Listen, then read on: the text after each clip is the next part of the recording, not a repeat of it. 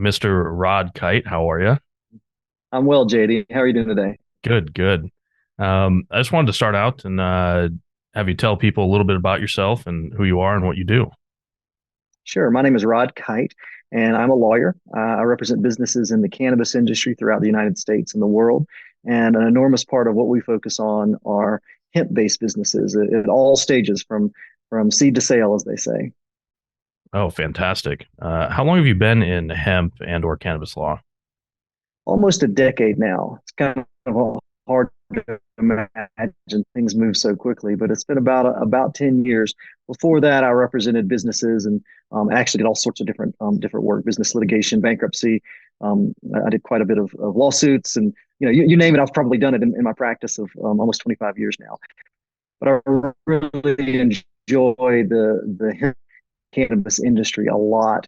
And there are lots of new issues like the ones we're going to talk about today that always seem to be coming up and help my clients stay compliant with regulations and also help them to develop new strategies for expanding the market in a legal way is just a lot of fun. Yeah, absolutely. Um, so just so our listeners can understand, Rod is in Mexico. So if there's a bit of a lag or time delay, that's what you're hearing there. Um, Um, that's exactly right. So yeah, Mexico is a wonderful place, and it's legalizing cannabis as we speak. Is one of the reasons we're down here. It's another exciting place to be. Hoping to get hemp products to Mexico, get really good quality products down here before too long. well, how's that going? How's the Mexico transition? Well, it's going really well, thanks. So we could have a whole nother podcast on Mexico. So just in a nutshell, the Mexican Supreme Court has ruled that the laws prohibiting, the consumption, use, possession of cannabis are unconstitutional. So the laws are technically unenforceable. That being said, there are no laws in place to replace those. There is a medical program that has just gotten started, but in terms of just use of hemp and other cannabis type products. Those are being developed. So right now, I'm actually working with a lawyer, Hector, a good friend of mine. He's an international lawyer, and we are working with COFEPRI, which is essentially the FDA analog in Mexico to try to get some permits to get hemp products into Mexico because there's a lot of really good quality made products in the United States. There's a big market here that's emerging for those products, but getting them across the border legally is still proving to be a challenge. So we're trying to solve that problem. Wow. It's astounding that a country known for illegal drug operations the world over is now legalizing one of those drugs, and you're a part of that. That's amazing. Yeah, it's a lot of fun, and there's a lot of reasons for that. It's kind of interesting for the Constitution. Their Constitution has a provision that we don't have, which allows the citizens of Mexico to develop the free expression of their personality, is the translation. And the cannabis prohibition laws were struck down on that basis, that they violate the Constitution in that respect. So it's great. So that's one piece of it. The current administration is trying to knock back the cartels, and the cartels, of course, have historically been involved in all aspects of the drug trade. So legalizing this, all forms of cannabis will help to undercut that and get safe products to people who want them and need them. That's amazing. Um, so you've written many opinion letters for companies in and around the hemp and cannabis space. When a company comes to you with a new product they're interested in, how do you determine its legality? Like, what's your process? Oh, that's a great question. I think the first thing I do typically, and this has come up over and over again, you and I have discussed privately, the first time this actually happened to me was with respect to CBD. It seems so far away now in the past because CBD is so widely accepted. But I do remember the first call I got about CBD, and I thought, what is this CBD stuff? But that's the first step is, let me understand what it is we're talking about. Is it a cannabinoid? Is it a product? Is it some, what's involved in that process? And also, what is the nature of the product and how are you going to bring it to market and where are you going to bring it to market? So I really gather as much information as I can. And then from there, I go to look at the statutes and the case law, such as there is, which is there's not a whole lot of that. And I try to determine its legal status. And there's typically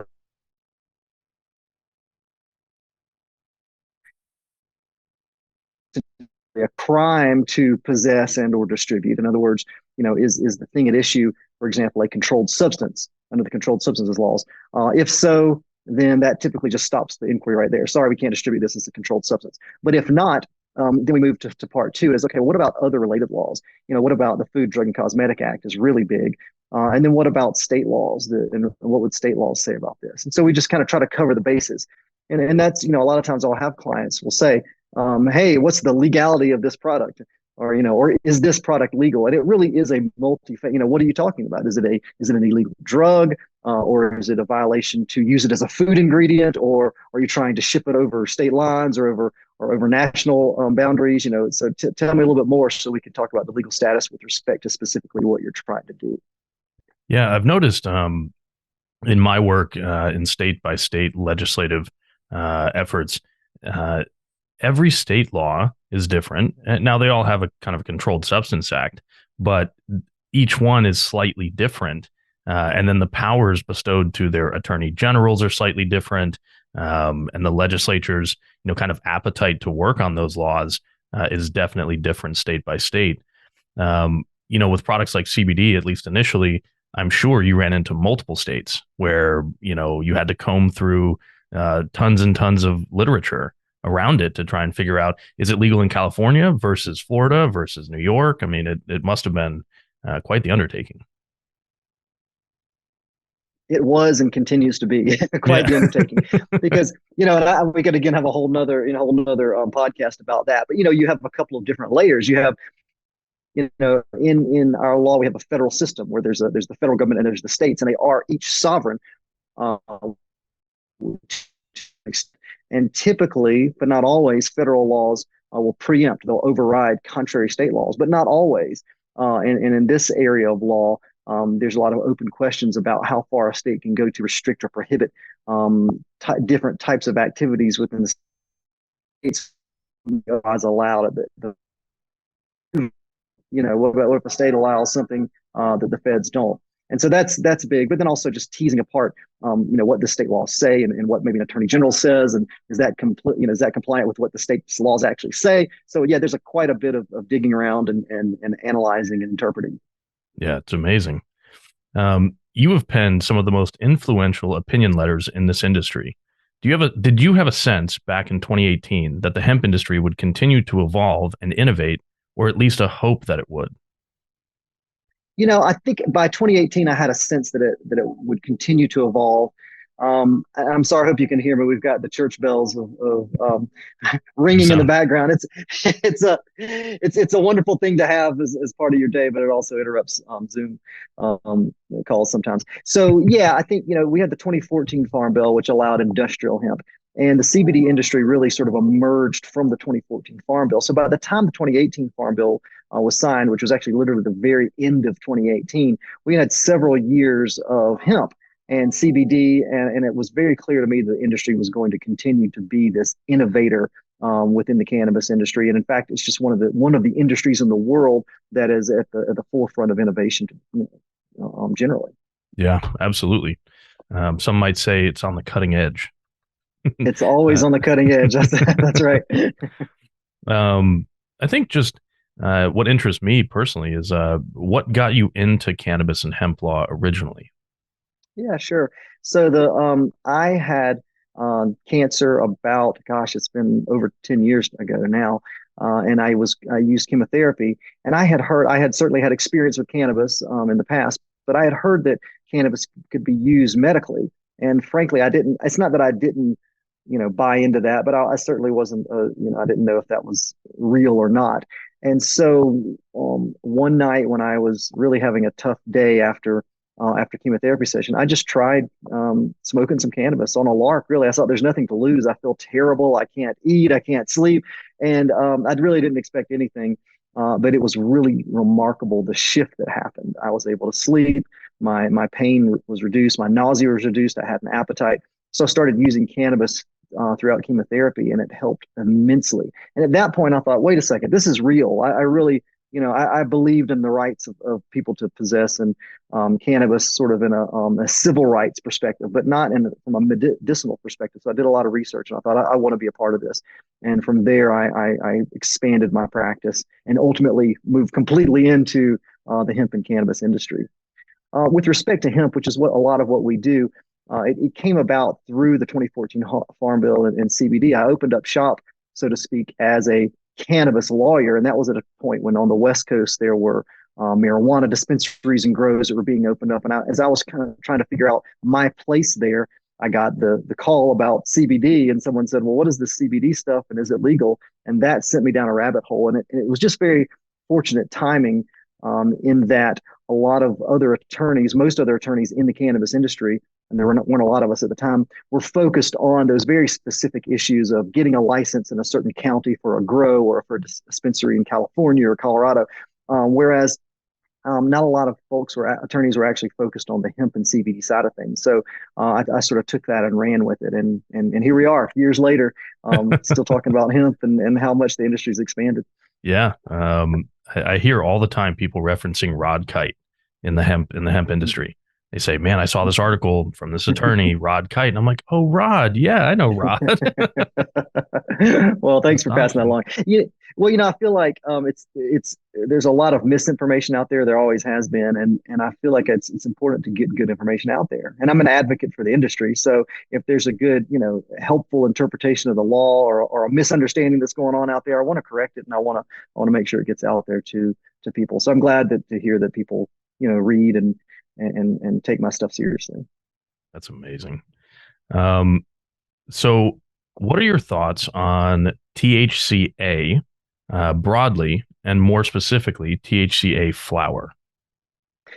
Great. So THCA is it's the dominant form of THC, which has more than 30 different isomers or forms that are naturally occurring. THCA is THC, the acid version, and it's produced in the cannabis plant. It's the most produced cannabinoid in the cannabis plant. It has medical properties. It is not intoxicating, and it is legal in ways that we're going to talk about here shortly. But it is I think volatile is probably the wrong word from a scientific perspective. I'm not a scientist. I'm fortunate to have a lot of scientist clients that educate me on these things. But it is a cannabinoid that will transform into other cannabinoids, most notably Delta 9 and ultimately CBN over time. And so it is a cannabinoid that's somewhat difficult to work with in isolation, although it is the most dominant cannabinoid typically in cannabis. That's astonishing. So let's see here. I was reading, you have a blog on your website, cannabisbusiness.law. And in that blog, there's a question here. It says, "Is THCA flower legal?" And in your blog, you say the short answer is yes, at least under federal law and the laws of some states. And then you continue on and say, "Do not stop reading. Continue reading. There are important caveats and legal risks." I don't want to read this verbatim, but in terms of legality, both at the federal and state level, what have you learned about THCA flower and THCA products more broadly? Yeah, sure. So I think THCA flower is a really good one to get started with and to talk about. I think it's important to talk about what or define what we're talking about. THCA flower tends to mean cannabis flower with high concentrations of THCA, and specifically in the context that we're talking about it, where the Delta 9 THC concentrations do not exceed 0.3%. So we are talking about hemp, or at least we're asking the question, is this lawful hemp? And again, the answer is yes, for reasons I'm going to discuss. But I think it's important to understand, as a follow up of what I was just saying, that from the biological standpoint, THCA is produced in abundance in the cannabis plant. And when you go out to a state, I say go out because I'm from North Carolina, but or if you're already in a state that has marijuana laws and programs such as Colorado or Oregon or California or New York or wherever, what you're going to find is if you were to take the standard flower, the buds that are for sale, and you were to subject them to a chemical analysis, that the THC that is advertised in those products is primarily the THCA. Are typically small amounts of Delta 9, but when they say, hey, our THC concentration is, let's just say 20%, of that 20%, the great majority of it is going to be THCA.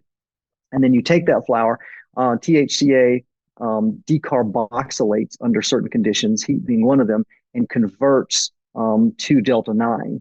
And so when you take cannabis flower with mostly THCA in it, and you heat it up, you smoke it, for instance, you're going to actually be inhaling a lot of Delta 9 THC. And so the hemp flower, the THCA flower, is very similar to, and in fact, in many respects, exactly the same flower or buds that you're seeing in the licensed dispensaries in marijuana legal states.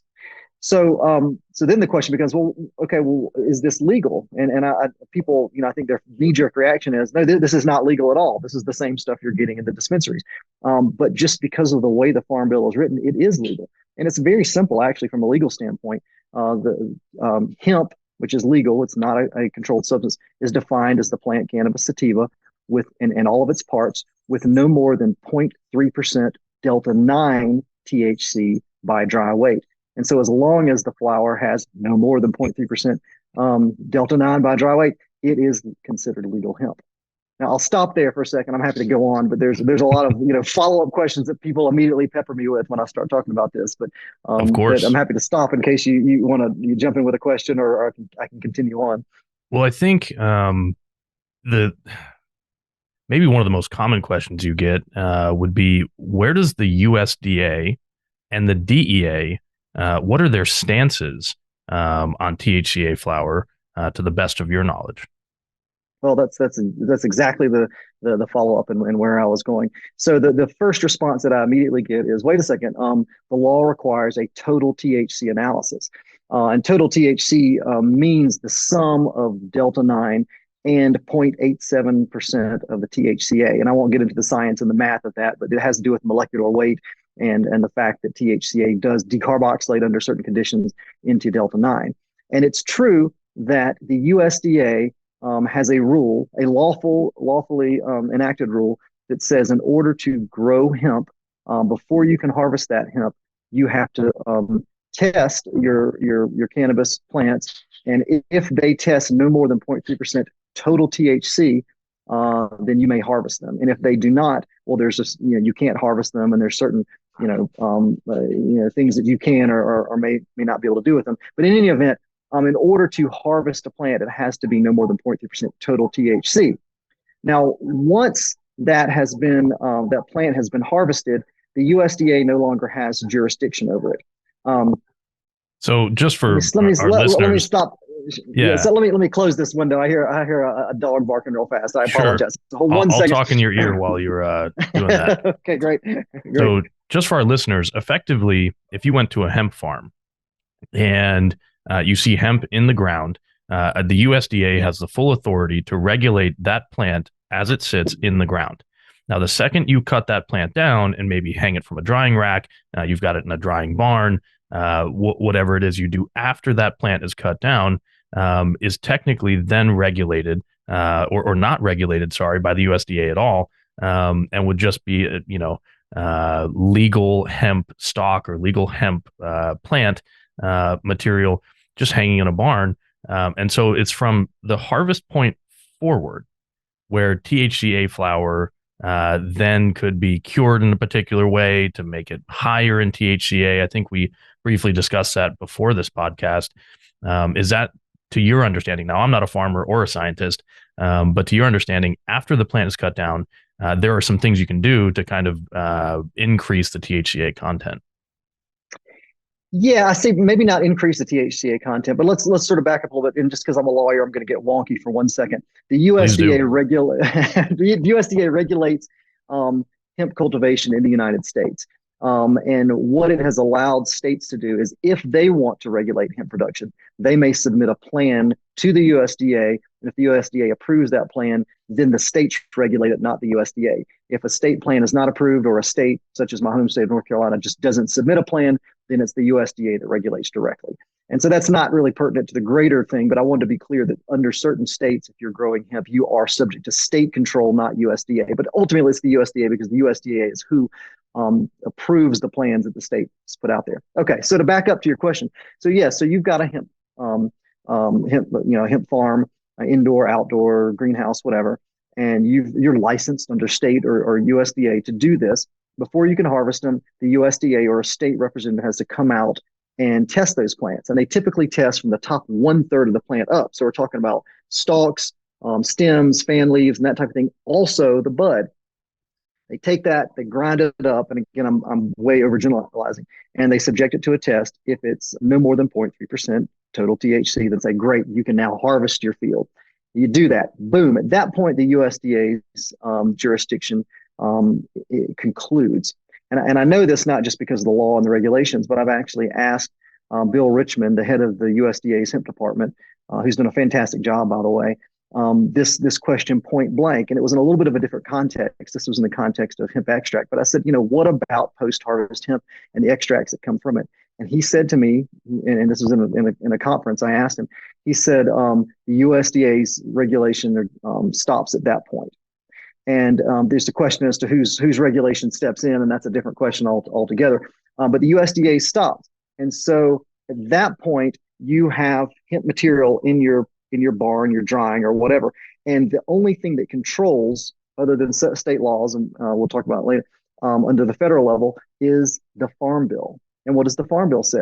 Farm Bill says hemp is cannabis with no more than 0.3% delta-9 THC. So that's the law. The THCA concentration at that point no longer matters. Now, this brings us to the question of, and I'm going to jump in, by the way, if I need to tease anything out there. But this brings us to the question of, like, wait a second, if it passed a total THC test that took the THCA into account, how in the world can you then have higher THCA concentrations post-harvest? That doesn't make any sense, Rod. How does this work? Well, there are a couple of reasons that it can have high THCA concentrations. One is that, as I mentioned earlier, you're testing based on typically the top third of the plant. A huge portion of that does not have the trichomes that produced cannabinoids to begin with, and so you're folding all that into into with materials that don't have any cannabinoids. So once you pull the buds off, well, then your THC concentrations, percentage relative to now what you have will spike up. Your actual amount of THCA does not go up, but the percentage does, because you're taking away all the material that doesn't produce cannabinoids. So that's one piece of it. And I'm sorry if I'm not explaining that well. I'm happy to try again. If well, we yeah, need to, no. That makes perfect sense. So the leaves, the stalk, the actual stem of the plant that wouldn't have a high concentration of any cannabinoids has to be factored in because it's a whole plant analysis. Right. But if you were to then take the buds and remove those separately, those buds may test higher on a percentage basis than the totality of the plant material. That's exactly right. That makes perfect sense. Yeah. That's great. So that's one reason that the THCA levels will again, the actual will not increase, but the percentage will. The second is that there is a window of time, typically about 15 days, between the testing and then the harvest. And again, the plant continues to develop and evolve, as do the cannabinoids. And then there are certain types of things that can be done, certain methods to sort of preserve the THCA values there. There is an open question about whether or not, we see certificates of analysis, COAs, that have THCA concentrations of 20%, and the delta-9 is like 0.2%. You say, wait a second, how did that pass a total THCA test? And that's been a question that I've been digging around in for a while. I've asked my geneticist clients, I've asked my science clients, I've asked my growers and my distributors, and generally what I've heard is that it's very difficult. And there's certain equipment and methods that need to be employed, but it can be done. So not only do we have theoretically legal, that this is theoretically legal, whether or not it exists in the real world, we actually have something that can exist in the real world. Does it exist to the level that we're seeing? I don't know yet. I don't have that information, but I believe that it really does exist, and that as the market grows for this and people learn these methods, that we'll begin to see it in more and more abundance. Now, it's my understanding, I could probably look it up, but there was a case circa 2018 in either Northern California or Oregon where a hemp farm was, destroyed. The DEA and USDA went out to this hemp farm and destroyed all the plant material because they tested it. I believe it was 2 weeks, which was the original USDA guidance. Mhm. 2 weeks pre-harvest. So I believe the USDA has come out post since that incident, following a lawsuit, et cetera, and saying that they're now going to test 30 days before harvest because, again, the word decarboxylation comes up. Decarboxylation, for those that don't know the term, is basically the photosynthesis process. UV light, heat applied to the plant as it grows and matures. The THCA will decarboxylate and convert into delta 9, et cetera. So if you were to go to a farm 1 week before harvest, although those plants were intended to be grown as hemp, the genetics say that they're hemp. You might have more sunlight that particular week, and it decarboxylates into that delta 9 content, even though that plant material is meant to be used for textiles or whatever. And it's a good upstanding citizen, law abiding citizen, just farming hemp, not intending to break the law.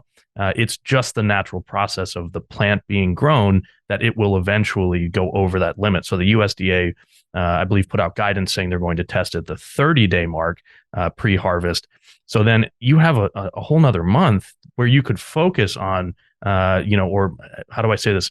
Don't use the negative connotation of the word manipulation, but you could manipulate the plant the last 30 days or so to kind of increase the THCA content. And then, of course, as Rod alluded to, there are ways that post-harvest you can, cure it a certain way in certain temperatures, certain machinery, certain, whatever it is, environmental conditions that may even post-harvest increase it slightly from that point. So pretty, pretty amazing. It's, I think I just want to kind of go back to the fact that cannabis dispensaries in Colorado, California, what we understand as recreational cannabis dispensaries, if you were to walk in and buy a pre-roll or a bag of flower and take it to a lab yourself and have it tested, it would have, of the total 20% THC that's advertised, it might have 17, 18, 19% THCA.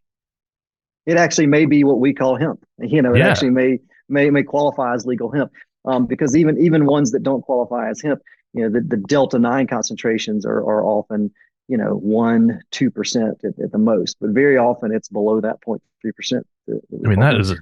that is astonishing. It is astonishing. Yeah, I'm sure you could go on whatever, name your dispensary website, Trulieve, Cureleaf, whatever, and look at their COAs and see that for yourself in real time. Yeah, to the extent that they're willing to reveal it, and a lot of what happens is the different reasons for testing. So in the regulated marijuana industry, a lot of consumers are looking for high THC concentrations, and so what they're going to do is they're going to advertise, we have lots of THC, and THCA is a form of THC, and so using that total THC is not misleading advertising. That's what they want in the hemp industry. The limit for what constitutes legal hemp is 0.3% delta 9 THC. So we're always focused on kind of staying below that limit. So you have this discrepancy or disparity is why things are being tested and what's being advertised out there.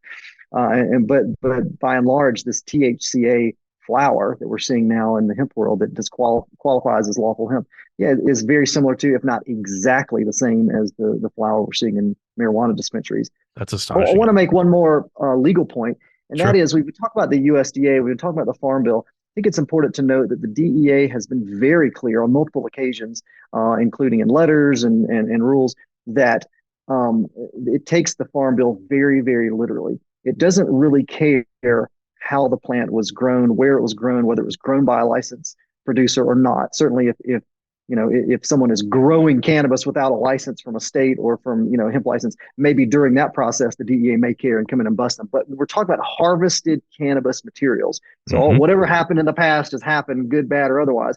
Harvested plant materials, the DEA says if the cannabis has no more than 0.3% delta 9 THC, it is hemp. If it has more than 0.3% delta 9 THC, it is marijuana, period. Just a very bright line test. And so I would never advocate for someone to grow hemp without a license and without going through all those Right. processes. But the position that the DEA has taken has created this strange place where if it's out there, if cannabis has been harvested and it meets this test, it's lawful hemp, and that's the deal. Yeah. And so really the action, so to speak, is at the state level, and state laws do vary considerably on this issue. Oh, big time. I Yeah. think I even have a question where I allude to that. The state by state THCA regulatory environment is very complicated. Some states outline specifically in the Controlled Substance THCA, Controlled Substance Act. Other states, it's mentioned nowhere. We did a deep dive here in Florida, um, and we referenced case law. We went through the statute, and THCA is mentioned nowhere. It is Yeah, I mean, free and this is a clear hard here in question. Florida. Yeah, of all the issues, whether it be CBD or smokable hemp or Delta 8, we over the years we've just had all sorts of new innovative projects. This is one of the trickiest for that reason. This, THC. Well, there's a lot of reasons, and maybe I'll list them real fast. For one, most state laws when they regulate hemp, they really focus almost entirely, if not entirely, on hemp cultivation. They don't ever address what happens post cultivation, and so they're going to talk about post decarboxylation testing, total THC testing in their statute relative to cultivating hemp, just like Mm-hmm. the USDA. But yet their statute defines hemp just like the feds do. So again, post harvest, but it doesn't. Most states don't have a post harvest test. By the same token, the total THC requirement solely applies to pre harvest materials. But sometimes that can be really difficult to sort of tease out and to analyze because of the language that's used in the statutes. Sometimes they'll use something called total Delta 9 THC. Well, what is total Delta 9 THC? Sometimes they'll define that, sometimes they won't. Sometimes they'll talk about THC and its isomers and THCA. Most of the time they don't. Sometimes they will require post harvest testing. Most of the time they don't. And so on and so forth. So it can be really difficult to pin down the legal status of THCA flower under a particular state's laws. And even more importantly than that are two issues that I talk about with my clients a lot. One is misunderstanding, and one is testing methods used in crime labs. So if I can, I'll talk about each of those. Sure, please First off, do. there's misunderstanding. I mean, we've been talking here for 30, 40 minutes and of all these nuanced issues, and we've just pretty much hit the federal level or just delving to the state. So there's a lot of issues and a lot of misunderstanding. So if you talk to the average regulator, even maybe the average hemp lawyer, and you say, "Hey, is THCA flower legal?" They're going to just knee jerk say, "No, total THC, blah blah blah." And it really takes a willingness to dive into the statutes and to look at them Mm-hmm. and to analyze them. So that's one, is just a misunderstanding of this. And there's also just that knee jerk reaction of, well, if it's the same thing that's coming out of marijuana dispensaries, well, then surely it's not hemp. So there's that knee jerk reaction. So there's a lot of misunderstanding out there with regulators and law enforcement. And then also on a related but different issue, and there's a risk involved in how cannabis is tested in state crime labs. So Yeah. let's say, and I'm just using a very, very general hypothetical here, you're in state X and you have a hemp dispensary. You distribute hemp products legally, and hemp is legal in your jurisdiction, and you sell flower. And let's say law enforcement, for whatever reason, came in and seized that flower, or let's say one of your customers was driving and that they were pulled over for some reason and they got that Happens all the flower. time. Happens all the time. So the bottom line is, let's say law enforcement in state X seizes cannabis material, and we're like, this is hemp. We've got COAs. The THCA is high, but the Delta 9 is no more than 0.3%. Well, what they're going to do is they're going to send it off to the state crime lab, and the state crime lab is going to test that using various methods, but almost certainly using gas chromatography. Gas chromatography. I don't want to offend any scientists because there's so much detail here, but essentially heats up the compound in question as a way to tease out. It's called eluting the different compounds in it. They elute at different rates, which is why you can then measure them. But in that heating process, and this is the important point, that THCA, or at least some portion of it, will convert to Delta 9.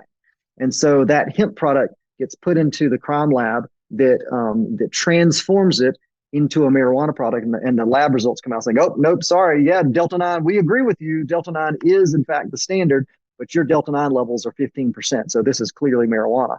And you say, "Wait a second, no. You've just converted my legal product into an illegal product." That is actually an issue that I'm unaware of has ever been addressed in a court of law. It may have, and if it has been, if anyone watching this knows, please send me that case, even if it's a local district court case where some lawyers raised that issue, because that is and has always been a crucial issue to the hemp industry, is What how this product is tested. what's the term? Tampering with evidence? Tampering with evidence, yes. I've talked with several different. I'm not a criminal defense lawyer, but I've talked with criminal defense lawyers who are representing clients and in the space, and they'll call me and ask about things. And I always say, I think, as the non-criminal lawyer, this amounts to tampering with evidence, and they always say yes, that's exactly right.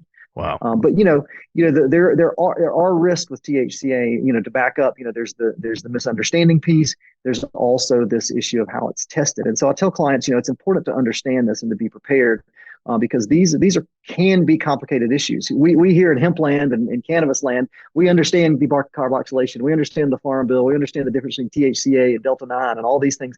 But if you go before a judge, there may be a judge that has never heard any of this stuff before. Right. And suddenly you're giving them a botanical science lesson. Are they going to be able to process it? And that's not even taking into account maybe their personal feelings about the cannabis in the industry. Yeah. Anyway, so just because I say, and that's why in the post you say, I say, yes, it's legal at the federal level, but hold on, there's all these state issues, but there are some real serious issues to be aware of, and you don't want to go into this industry, into the THCA distribution business, with your eyes shut. You want to go into it with your eyes open. You want to understand the risks and the issues, and mitigate against them as best you can if you're going to continue.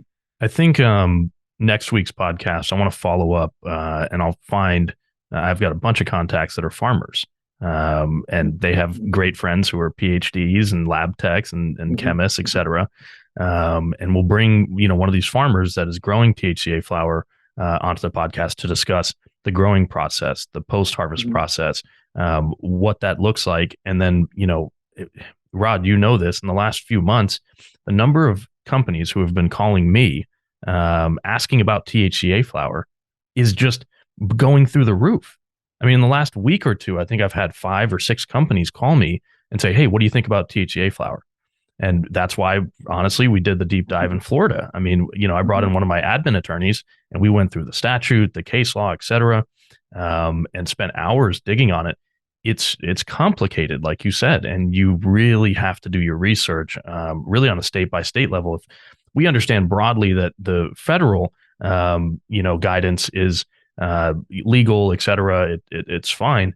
Then you have to do the deep dive on the state level. I don't know. I'm not aware of anyone that's done a 50 state analysis on THCA, but maybe that's something that, I can get my team to do. It's going to take some time because you really do. You have to look at case law. You have to look at all the statutes, controlled substance, et cetera. And if they have a hemp program and what that language is. So that's going to be quite the undertaking.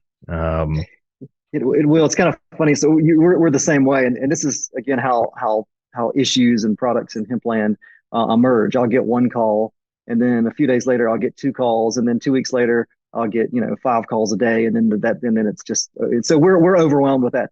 Just before our recording this podcast, and we're recording it at midday, I'd already had several different emails and calls, new calls, wow. about it, and that's how it's been going. So yeah, and I think a 50 state analysis is helpful. We're working on it, but it's difficult to do. I'll have clients who will call up and they'll say, "Hey, just tell me the states where I can sell it." And just a real quick question, Rod, just off the cuff, and wait a second, that's unfortunately not how it goes. And a lot of times, and this happens with other types of hemp products. Sometimes there's an area of we feel very comfortable here that you can sell it. We feel very comfortable here you cannot sell it. But there's very often some gray area where it really depends on interpretation of statutes, or the statutes and regulations, frankly, are inconsistent and contradict each other. That's something that we see a lot. So yeah, absolutely. If you're distributing these products, it's vital to know where you stand and where you're distributing. Well, I think a 50 state analysis, it is so cumbersome and really takes a lot of resources and time. The fact that you're doing that, amazing. Thank you on behalf of the hemp industry and all of our companies. Thank you very much for doing that.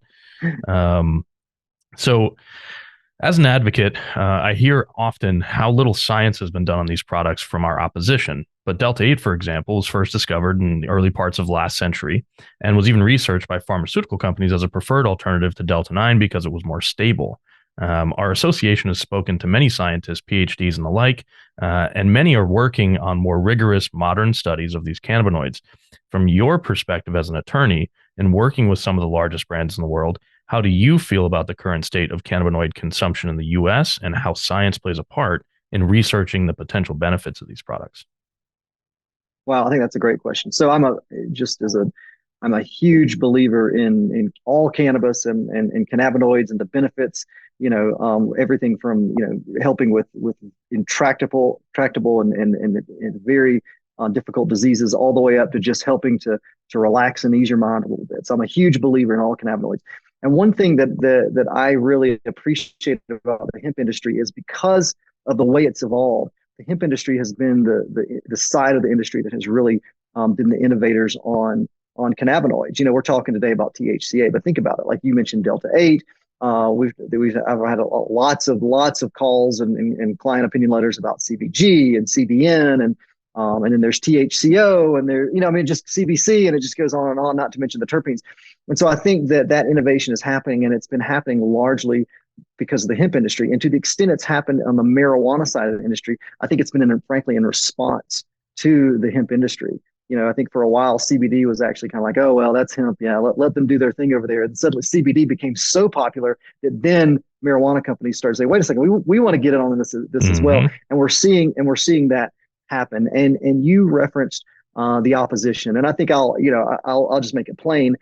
Unfortunately, within the umbrella of cannabis, and I'm a huge believer in all cannabis, we do have now opposition, and that opposition tends to be with the I'll call it big marijuana, the publicly traded, the multinational, the big MSOs, multi-state operators. On the one hand, who have a lot of dollars, a lot of clout, versus not only the hemp industry at large, but also a lot of smaller, marijuana type businesses. There are, believe it or not, still some states where small operators can get in. Main But what we're Street seeing, cannabis. Main Street cannabis, yeah, and Yep. I'm a big fan of that. But what we're seeing with these large big marijuana is we're seeing the Walmartization of weed. We're seeing Mm-hmm. them come out and elbow everyone else out and dictate who gets what the prices are going to be, who gets the licenses, what if you're in a medical state, what the patients are, if you're in a rec state, what products are being offered, Florida. and right, exactly. And so there is a battleground of sorts that I just want to make explicit between big marijuana and hemp, and even Main Street marijuana, as you call it. And I like that. I think I'll start adopting that. And it's really a battle not only for small businesses in America. I mean, what was the United States founded on? But with small businesses, it's not only a battle for that, but it's also a battle for the consumers out there as to what access they're going to have. Is there going to be a nice dispensary nearby? What are the prices going to be? What are the product offerings going to be? And so what we're seeing is big marijuana is taking their dollars. Their stock Mm-hmm. prices are very volatile, but they can be up, they can be down, but they're able to raise money pretty easily, despite losing lots of money on the back end. That's a whole other conversation. And they'll go to the feds, but they'll also go to these state legislatures, to the regulators, and they will push very hard. And to circle back around to your point about the safety piece, they'll say, oh, wait a second, the hemp industry, you need to be worried about. They're putting out unsafe products, not FDA regulated. They're not testing them. We are here to save the day. And here are the regulations. You either need to ban these products outright, or even better yet, we will distribute these products. We'll take care of these problems that we've just told you about. And it's very, very disingenuous. Certainly, there are states that have good regulations in the marijuana industry, and they have labs and things that do promote safety. But the fact that the idea that just because a marijuana regulated product is safe, whereas a hemp is not, is just a complete farce. So most states do have good regulation of hemp products. The FDA unfortunately has not stepped in to regulate, but we wish they would. But most of the people that I know, and certainly all of my clients, it's very important to them that they get good testing. They put good, safe products out there. Yeah, I was just going to allude to that. We did an economic impact report in one of the states, and in that process, it was very kind of all encompassing. We asked many questions of all the vendors, but one of them was, how many times do you test? Now, we didn't put this in the economic impact report, but we have the data from it. The vast majority of the hemp companies that were surveyed said they test their hemp materials 3 times: when they receive the hemp material, halfway through the manufacturing process, and then the final product again. And that goes, 2 tests beyond what cannabis is required to do, and often what they do. Usually, cannabis companies test that kind of final product, et cetera. And a hemp company is now, testing it 3 times, sometimes even more, depending on the broker and the farmer and et cetera. I mean, if you wanted to track it, it would be tested at the farm. Maybe the broker does his own test, and then it's tested at the finishing facility that it arrives at, and it's tested halfway through that finishing facility process, and then the final product is again tested. So these products are tested 5 times throughout the process. And I think we can talk about potency and THCA flower and THCA content, et cetera, et cetera. But the reality is, if you're testing a product 5 times before it ever reaches a consumer, there's a very high likelihood that it's meeting any state requirements or any federal requirements surrounding that product. It's just really interesting. I think big cannabis, big marijuana versus Main Street cannabis versus the hemp industry is it's very relevant and very current. It is ongoing. It's just crazy. Well, you're doing an amazing job. I think your support of the hemp industry is doing a fantastic job, and I really applaud your work. And I want to, people that are listening to this podcast, I want them to know about you and your organization and the work that you do, because you are bringing that to light, and you're going back to these regulators and to these legislatures all throughout the country and saying, no, wait a second, what you're hearing is not right. These hemp products are safe. They are, they should be allowed, or they shouldn't be subject to these ridiculous prohibitions. And to follow up on a point you made about being tested 3 to 5 times, what happens in a marijuana regulated state is those products are being regulated under that state's laws. Could be that the state laws are fantastic and very consumer friendly. Could be that state hasn't thought it through, or the regulations are such that they don't have to comply with a whole lot. But we're talking about one state's regulation. Many hemp products. So most of my clients distribute their products, outside of just the one state where they're in. They'll distribute them regionally or even nationally. And so what they're looking to is not, what does my home state say about regulation, good, bad? They're saying, okay, what are the most stringent regulations, labeling, testing in the entire country, and we're going to adhere to that standard because our products or some of our products are going to be going to that state. So you've got a myopic state view on the marijuana side versus an entire country view that's happening with hemp. And so the good operators, and in any industry whatsoever, there are good and bad operators. But the good operators, which I think are mostly what we see on the shelves, are the ones that continue to do business. They have, customer bases and distribution outlets because they're good and quality. They focus on, not the lowest, common denominator, the highest. What is the thing how can they comply the most? So I just think that's really important. What's interesting, so I think maybe in 2014, 2015, 2016, you could have had a lot of kind of fly-by-night companies, people getting in, getting out, hoping to exit and make a quick buck. But many of the companies that we're talking about in the hemp industry, some of them are publicly traded. Some of them are doing tens of millions of dollars a year in revenue. Many of the CEOs and founders that I've spoken to over the course of a few years say they want to be here for the next 50, 100, create create a legacy business that their kids can inherit, whatever it is. They're in it for the long haul. And so you're right. They're focusing on, the most stringent regulations, child-proof packaging, whatever it is. And for example, the state of Virginia, their state law is that hemp products must be in child-proof packaging. They have kind of their own warning label and et cetera, et cetera. And almost all of the companies that I'm aware of that are shipping all across the United States, they're not just making a Virginia compliant product for Virginia. They're making all of their products compliant, in every state based on Virginia's language. So in fact, as these states create new kind of bars, people are rising to the occasion and just increasing the quality of their product based on every state's regulation. And so, I would argue that Florida, kind of has the best hemp program in the country. And I get calls all the time from companies saying, "Well, what's Florida thinking about this? What's Florida doing here? What's their rule on this?" And many of the companies from Texas or Kansas or what have you, Virginia, uh, they do their labeling standard based on Florida's labeling guidelines, right? Because they're one of the few states that have label guidelines. So Mhm. you might find a product in Ohio that has all the requirements of the Florida labeling requirements. Mhm. Pretty amazing. You're right. I mean, it's so impactful when a company can across state lines, nationally and even internationally, sell their products. It creates more competition, more innovation, a higher standard of quality than a lot of these in-state operators in the cannabis space. Right. I think when we talk about MSOs, multi-state operators in the cannabis space, many of those will adhere to just the requirements in Florida when they're operating in Florida, but then they'll go over to another state and kind of bend the rules that they wouldn't have done in Florida to that other state's requirements. We actually kind of talked about that in the legislature last year.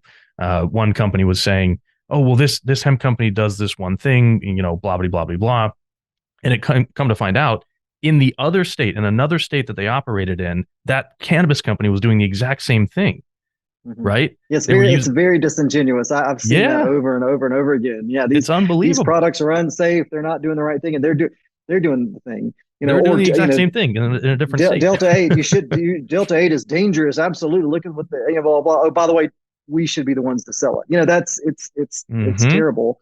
And I Yeah. think that the MSOs are very much aware of this. They're the ones Oh yeah. pumping dollars into creating these regulations and trying to create a barrier for Main Street marijuana and for hemp companies.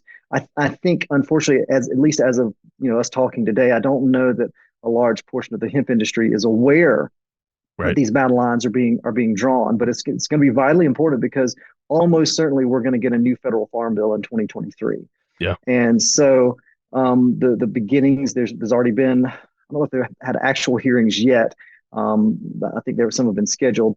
And of course, the farm bill is huge, and hemp is just one tiny little piece of that. But hemp is going to come up, and there are groups that are teeing up and wanting to get in there with their interests, good, bad, or Yep. otherwise, for or against hemp.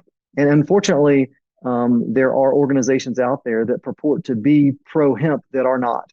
Oh, correct. Yep. Either because they're maybe they have a limited view, I'm being kind there on what hemp is and what hemp should be, maybe, or frankly, they have been, their board of directors, their membership is full of the big marijuana companies. Oh, we also Correct. have our CBD products too, so we're going to join this particular hemp organization or Mm-hmm. that particular hemp organization. But then they steer that organization's policies, and so that's difficult too because organizations like that will go to a state legislature or go to a national Mm-hmm. lobbying meeting or whatever as a hemp organization and say, we should impose these restrictions. And say, wait a second, who is that really helping out? So, people who are watching in the hemp industry on Main Street marijuana, who are really trying to protect small businesses, protect hemp. It's not just don't just go by the name. Does the name have hemp in it or not? No, no, no. You need to understand those policies. And again, your organization is doing a phenomenal job of actually protecting the hemp industry and the participants in it and the Thank you. consumers, frankly, who need and want these products. Yeah, I think my I specialize in state legislature. I've been an advocate for vapor products for 6, 7 years now. I have a veto from Governor Ron DeSantis that saved the small business vapor shops. I myself have vape shops that now, of course, sell a ton of hemp products. Um, State by state legislative action is what's necessary here. Now, the federal government, as we've referenced here, the federal government is kind of taking this hands off, hands on certain parts of the production, et cetera, hands off, laissez faire approach, which allows for innovation, allows for small business, et cetera, free market capitalism that's allowed a lot of these giant companies to proliferate. Kind of the lifted maids or savages of the world, the Kois and et cetera, just CBD or whatever, these large hemp companies that are making tens of millions of dollars have proliferated under that federal, regulatory environment. Now, the state by state stuff, is far more complicated. People don't realize almost every state in the country goes back into legislative session every year, 60, 90, 120 days every year. And they look at bills, different ways to regulate things, different, especially in the hemp industry, there's usually three, four, five, six bills per state, all attempting to do a different thing.